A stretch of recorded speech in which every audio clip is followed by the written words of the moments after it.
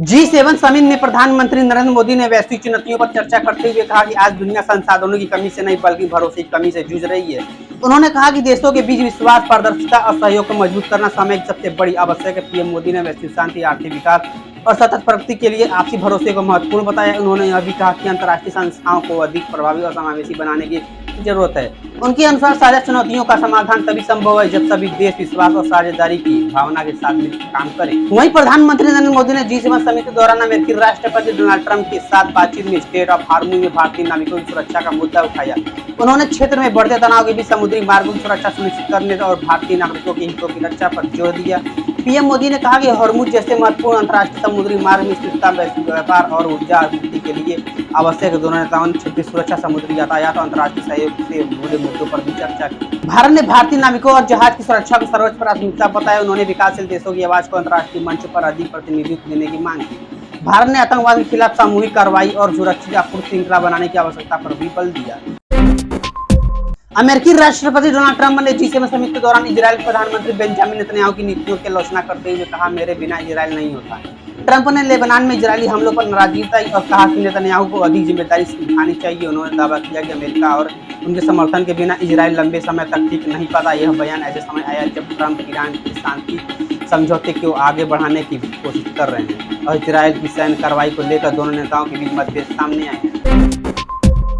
उत्तर प्रदेश सरकार ने NEET UG परीक्षा में शामिल होने वाले अभ्यर्थियों को बड़ी राहत देते हुए 21 जून को होने वाली परीक्षा के लिए राज्य परिवहन निगम की बसों में किराए पर 50% की छूट देने की घोषणा की है। इस सुविधा का लाभ लगभग 3 लाख छात्रों को मिलने की उम्मीद है। अभ्यर्थी अपना एडमिट कार्ड दिखाकर रियायती किराए पर यात्रा कर सकेंगे। सरकार का उद्देश्य दूर दराज के क्षेत्रों से परीक्षा केंद्रों तक पहुंचने वाले छात्रों की आर्थिक और परिवहन संबंधी परेशानियों को कम करना। इस फैसले का छात्रों और अभिभावकों ने स्वागत किया। देश के कई राज्यों में दक्षिण पश्चिम मानसून सक्रिय हो गया है। मौसम विभाग के अनुसार उत्तर प्रदेश, बिहार, मध्य प्रदेश और राजस्थान के कई हिस्सों में बारिश दर्ज की गई। किसानों को इससे राहत मिलने की उम्मीद है। अब खरीफ फसलों की बुआई तेज होने की संभावना भी है। कुछ क्षेत्रों में भारी बारिश का अलर्ट भी जारी किया गया है। राज्यसभा की 24 सीटों के लिए चुनाव प्रक्रिया पूरी हो चुकी है। इनमें से अधिकांश सीटों पर उम्मीदवार निर्विरोध निर्वाचित हो गए हैं।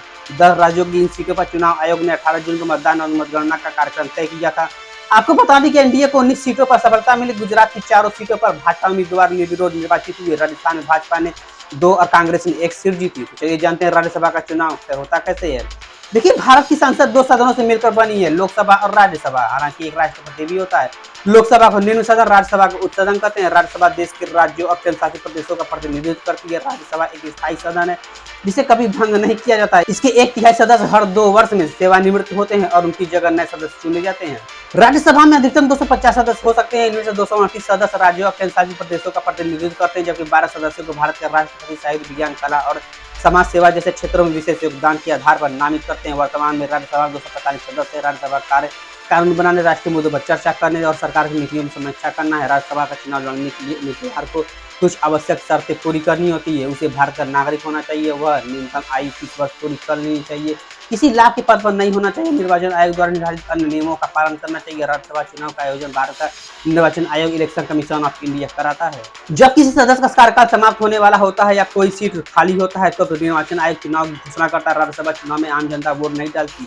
इसमें राज्यों की विधानसभा के निर्वाचित सदस्य एमएलए वोट डालते हैं। विधान परिषद लेजिस्लेटिव काउंसिल के सदस्य या विधानसभा में नॉमिनेटेड सदस्यों को इसमें वोट डालने का अधिकार नहीं है। राज्यसभा चुनाव में एकल हस्तांतरित मत प्रणाली और अनुपातिक प्रतिनिधित्व प्रणाली का उपयोग किया जाता है। राज्यसभा चुनाव में ओपन बैलेट प्रणाली लागू होती है। यदि किसी राज्यसभा सदस्य की मृत्यु हो जाए, इस्तीफा दे दे या किसी अन्य कारण से सीट खाली हो जाए तो उसे सीट के लिए उपचुनाव कराना आवश्यक होता है। अगर ये वीडियो अच्छी लगे तो हमारे चैनल को सब्सक्राइब करना, वीडियो को शेयर करना बिल्कुल भी ना भूलिएगा।